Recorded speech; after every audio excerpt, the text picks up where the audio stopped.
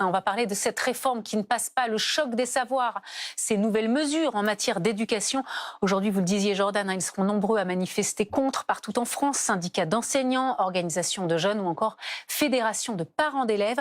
On en parle justement avec nos invités en plateau et en duplex dans quelques instants. Mais d'abord, on fait le point sur ce que contient ce texte avec Bastien Valland. Une large mobilisation contre ce qu'il qualifie de tri social. À Toulouse, Strasbourg, Paris et un peu partout en France, la quasi-totalité des syndicats enseignants et étudiants, mais aussi la fédération des parents d'élèves, appellent à une nouvelle mobilisation d'ampleur contre la réforme du choc des savoirs. C'est une mobilisation qui se déroule un samedi justement pour permettre aussi la mobilisation de personnes qui ne souhaitent pas forcément faire grève et parce que les parents d'élèves se mobilisent plus facilement le week-end. Ils s'opposent notamment aux groupes de niveau en français et en mathématiques qui entreront en vigueur à la rentrée scolaire 2024 pour les classes de 6e et de 5e. Des groupes qui risquent, selon eux, de stigmatiser les moins bons élèves. Autre problème, le manque d'enseignants pour appliquer cette réforme. Il n'y a pas assez d'enseignants pour faire autant de petits groupes qu'il faudrait si vraiment l'objectif c'était ça. Dans un certain nombre d'endroits, ça risque de se traduire par des classes de niveau. C'est-à-dire que ces enfants seraient regroupés comme ça pour quasiment tous les enseignements. Ce qui pour nous est un élément de stigmatisation extrêmement fort et on sait que ce n'est pas favorable à la réussite des enfants. Un mouvement de contestation qui dure depuis plusieurs mois et qui devrait se poursuivre jusqu'à la fin de l'année scolaire.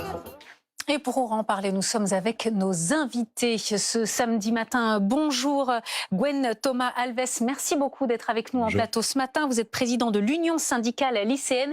Et puis nous sommes aussi en duplex avec Maxime Repère. Bonjour, vous êtes vice-président national du syndicat national des lycées, collèges, écoles et du supérieur. Merci d'être avec nous ce matin. On l'a vu, une des mesures phares de cette réforme, c'est que justement à partir de la rentrée, les cours de mathématiques et de français seront organisés par groupe de niveau. On a vu dans le reportage, il y a ce risque de stigmatisation qui est dénoncé. Mais je m'adresse à vous en premier, Gwen Thomas Alves. Est-ce que c'est pas quand même le meilleur moyen de faire progresser des élèves, de se mettre par niveau et en plus petits groupes ? Non, nous c'est pas du tout notre pensée. Nous on considère que pour que les élèves puissent s'améliorer, il faut qu'il y ait des cours qui soient en demi-groupe et qu'il y ait plus de professeurs. Mettre plein d'élèves qui ont un niveau parfois qui est pas très bon parce qu'il y a eu des lacunes qui se sont accumulées au cours des dernières années, c'est pas la bonne solution. Ce projet du choc des savoirs, il est défaillant et c'est une vision mourante de l'école. Maxime Repère, votre point de vue sur ce projet de réforme et ces classes qui seront mises en place à partir de la rentrée ? Alors nous, au niveau du SNALC, nous avons une vision différente sur le fond, j'entends, sur l'idéologie, si vous voulez. On pense que, à la base, ce qui avait été annoncé il y a plusieurs mois, l'idée de mettre en place des groupes de niveau, ça allait plutôt dans le bon sens, mais si ça avait été bien fait. Or, actuellement, le choc des savoirs s'est transformé en véritable flop des savoirs et ce que va mettre le gouvernement en place à la rentrée, c'est une catastrophe annoncée. C'est une catastrophe annoncée parce que, peu importe l'appellation, que ce soit groupe de niveau ou groupe de besoin, on se rend compte que les moyens n'y sont pas, qu'il y a un manque cruel d'enseignants et que en fait ce que fait le gouvernement une fois de plus c'est mettre en place des réformes avec en fond des économies de bout de chandelle. Les élèves n'y gagneront rien, les personnels encore moins, raison pour laquelle notre syndicat a d'ailleurs mis en place un document de 12 pages, un document en ligne pour permettre aux enseignants et aux chefs d'établissement de contrer la mise en place de cette réforme. Donc à travers un document qui s'appelle « Pour que les groupes aient la classe ». Voilà. Justement, Maxime Repère, qu'est-ce que vous allez demander là ? Vous allez manifester cet après-midi.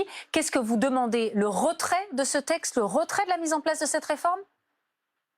Alors nous ne manifestons pas parce qu'il y a des éléments qui sont positifs dans ce choc des savoirs et en particulier c'est la question du redoublement, c'est-à-dire de faire en sorte que le redoublement soit à nouveau entre les mains des professionnels que nous sommes, parce que le redoublement en soi n'est pas comment dire quelque chose de diabolique ou diabolisant, il peut s'avérer salutaire et donc voilà, par rapport au redoublement nous trouvons cela positif. Par contre, effectivement, concernant la mise en place de ces groupes de niveau, la façon de faire du gouvernement, nous sommes absolument contre au niveau de notre syndicat.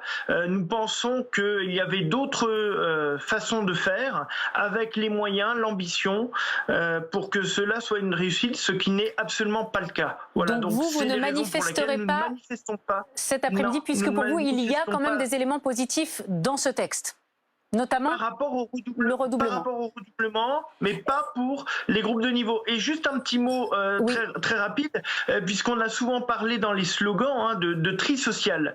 J'aimerais quand même nuancer cela, parce que je trouve quand même un peu rapide et dommage de lier intrinsèquement niveau de classe et niveau social. Voilà, c'est des raccourcis qui, je trouve, voilà, ça fait joli sur une pancarte, mais je ne partage pas véritablement cette caractérisation.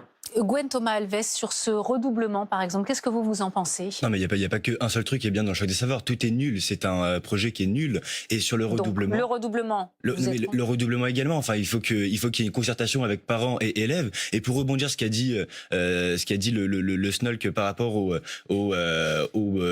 tri social, c'est un tri social. On continue à le dire, on le réaffirme, c'est un tri social. Les élèves qui ne sont pas bons à l'école, c'est souvent qu'il y a eu des lacunes auparavant, et notamment dans les académies à Créteil ou alors dans les territoires outre-marins. Ce qu'on remarque, c'est qu'il y a un manque de moyens cruel. Et à partir du moment où on n'a pas des moyens, et ben évidemment qu'il y a des élèves qui ne peuvent pas suivre. Et à chaque fois, ce sont des élèves qui sont défavorisés, qui parfois n'ont pas le wifi à la maison ou qui ont beaucoup de frères et sœurs. Et donc c'est très compliqué pour eux et pour elles. Et c'est la raison pour laquelle il ne faut absolument pas tomber sur cette logique-là, qui est de dire ah non, il n'y a aucun lien entre les deux et mettons les mauvais élèves tous ensemble et comme ça on s'en débarrasse plus rapidement. C'est absolument faux. Alors, c'est pas le projet de l'école. Dans le texte, parce que je voudrais qu'on voit aussi d'autres points de ce texte, il y a aussi l'uniformisation des connaissances enseignées aux écoliers, les évaluations qui seront standardisées. Qu'est-ce que vous en pensez? Ça permettrait peut-être d'éviter la subjectivité dans les évaluations, par exemple, et le niveau? De standardiser les évaluations nous semble très bien. Qu'il y ait une évaluation nationale, c'est très bien. En revanche, que par exemple le brevet soit un sésame pour pouvoir rentrer au lycée, ce n'est pas bon. Enfin, on a déjà Parcoursup qui est une broyeuse, on va pas non plus. Oui, parce qu'alors faut le rappeler, effectivement, une des conditions pour passer en seconde maintenant, c'est qu'il faudra avoir le brevet. Et si on l'a pas, il faudra passer par une classe intermédiaire. En tout cas, on ne pourra pas accéder à la seconde. Tout à fait, une prépa lycée dont on n'a pas les modalités, on ne sait rien. Ça va être encore une fois un groupe stigmatisant avec des élèves qui ont raté le brevet. Et ce qu'il faut, c'est que ces élèves-là puissent repasser le brevet et qu'ils puissent être accompagnés, pas qu'on les mette dans une classe où à la fin ils arrêteront l'école avant le baccalauréat et qu'ils auront un salaire à la baisse. Mais en attendant quand même le principe de ne pas faire passer des élèves qui n'ont pas eu le brevet. Sur ce principe, qu'est-ce que vous en pensez? Le brevet, c'est un diplôme qui est obtenu très facilement déjà, et ensuite c'est pas un diplôme qui est extrêmement important. Le baccalauréat l'est, mais le brevet, justement, un des projets aussi, c'est de rehausser le niveau d'exigence des examens et notamment le brevet, parce que là, on le rappelle, l'année dernière, c'était presque 90% de taux de réussite. Rehausser le niveau de ces examens, qu'est-ce que vous en pensez? Ça vous semble... Oui, qu'on puisse le rehausser, mais dans ce cas-là, il faut qu'il y ait les moyens qui soient là aussi dans les classes et qu'il y ait des cours en demi-groupe et qu'il y ait un vrai accompagnement avec les élèves. S'il n'y a pas ça, les élèves n'auront pas un niveau meilleur. Ça sert à rien d'augmenter le niveau d'une évaluation ou d'un diplôme si jamais les élèves ne peuvent pas s'améliorer avec leurs professeurs. Maxime Repère, on a vu que pour vous, il y avait quand même des points positifs dans ce texte. Est-ce que celui-ci en est un? Les évaluations standardisées et le rehaussement du niveau des examens, notamment du brevet? Eh bien, nous sommes attachés aux évaluations nationales au niveau du bac, l'importance du bac, l'importance du brevet. Nous pensons que effectivement, d'avoir plus d'exigences au niveau du brevet et du bac, c'est une excellente chose. Pour autant, effectivement, nous décrions également le manque de moyens. Actuellement, au niveau de l'éducation nationale, il y a quand même 700 millions d'euros qui ont disparu en termes de budget. Donc, si vous voulez annoncer de grands changements pour au final faire des économies, c'est tout sauf une réforme. C'est tout, sauf une réforme. Merci beaucoup, Maxime Repère, d'avoir été avec nous en duplex sur France Info. Merci à vous, Gwen Thomas Alves, d'avoir été en plateau pour nous donner vos points de vue à tous les deux.